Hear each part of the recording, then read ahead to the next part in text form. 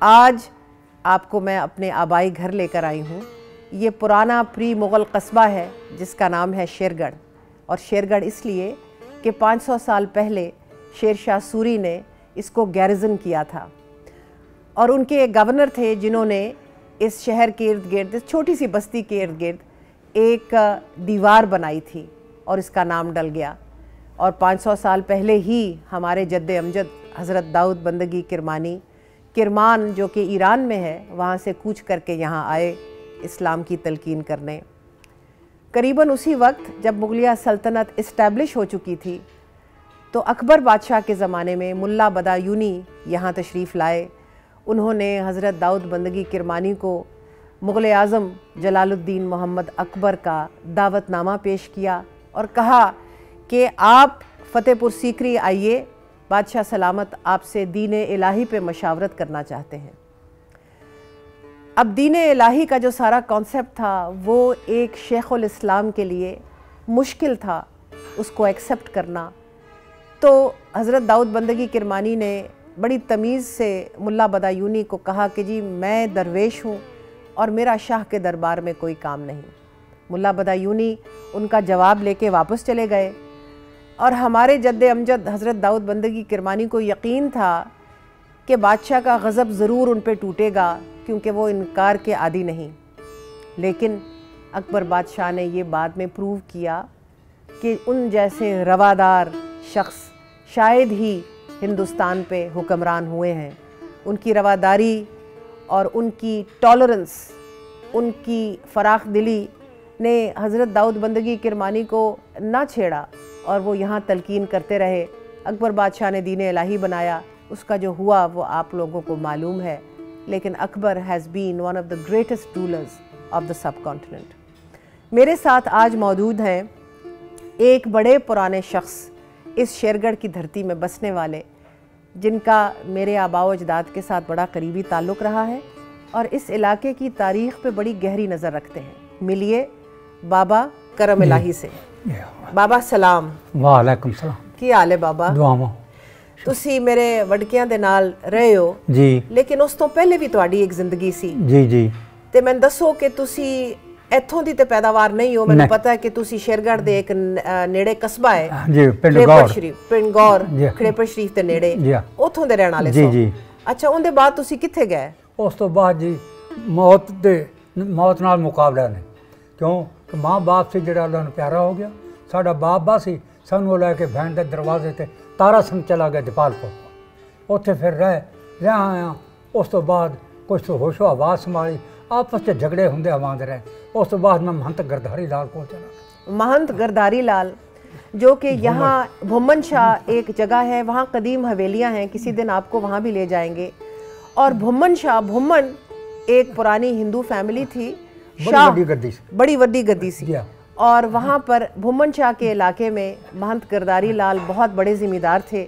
उनके पास बाबा करम इलाही मुंशी हो गए। तो लाला बद्रीनाथ दो मुंशी है, लाला बद्रीनाथ और करम इलाही महंत गिरधारी लाल साहब के मुंशी रहे। किवें सी हो सारा कम जी, जो कारोबार हा वो मेरे ते लाला बद्रीनाथ दे हथ च। क्यों बड़ा 220 खूह दा मालिक सी। 220 खूह दा मालिक सी महंत गिरधारी लाल। हिंदू और मुसलमान दा लंगर 12 महीने चलदा सी। हिंदू मुसलमानों सिखों का लंगर 12 महीने चलता था।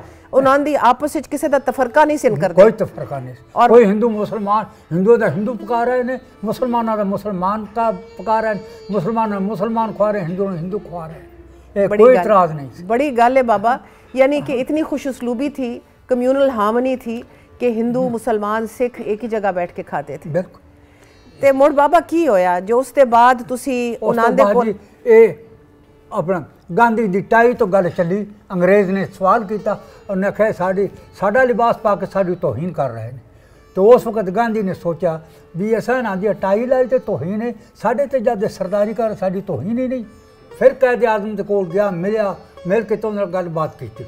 गलबात करन दे नाल उस वक्त उस जी लुटमार से सन 47 की इनका काम शुरू हो गया।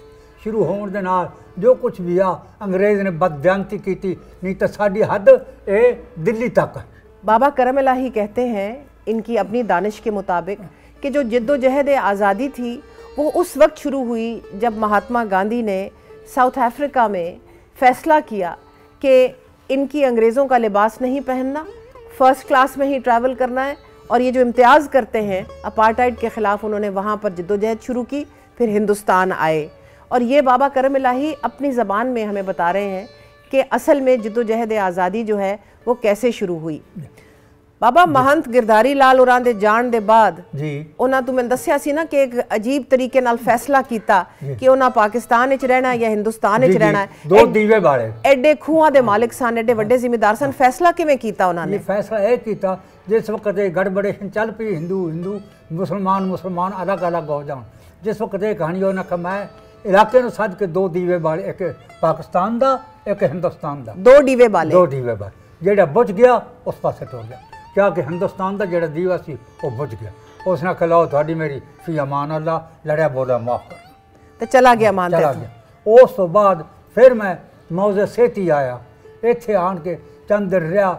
मेरे बाप दा थोड़ा परदादा छोटे शाह बड़ा प्यार वाला बंदा, उसमें आया मिलिया गिलिया, मैंने पुछदस की कर करा के आखन लगा कोई रोटी का बंदोबस्त बाजी अल्लाह तो सिवा कोई नहीं, मैं आप ही भरने वाला आप ही पकाने वाला। उस वक्त छोटे शाह पी नवाज हुसैन ने मेरी शादी की थी। तो ये है बाबा करम इलाही की कहानी, यानी कि तकसीम से बहुत पहले ये बड़े हुए, जवान हुए, उसके बाद ये महंत गिरधारी लाल के मुंशी बने हवेली भूमन शाह में।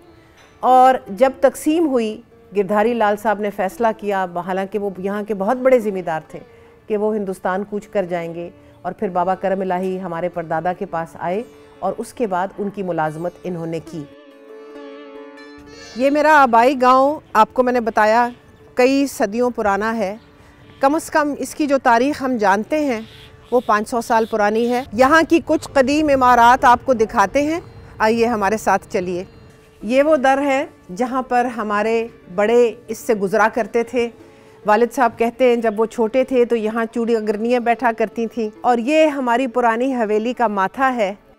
ये हवेली 1720-1730 की बनी हुई है, at the time of the decline of the Mughal empire, जब पंजाब में बहुत अफरा तफरी थी। और इसका जो आर्किटेक्चरल स्टाइल है उससे ही मुझे अंदाज़ा होता है कि कितने ये दिफाई अंदाज में बनी हुई है, because it has very thick walls, बहुत इसकी मोटी दीवारें हैं कि कोई अंदर से कोई बाहर से अंदर ना आ सके। इसमें कुआं है, कुएं के अंदर स्टेप्स हैं, सीढ़ियां हैं, इसके अंदर सुरंगें हैं। और ये 300 साल पुरानी हवेली में मैं आके रहती हूँ जब मैं शेरगढ़ आती हूँ।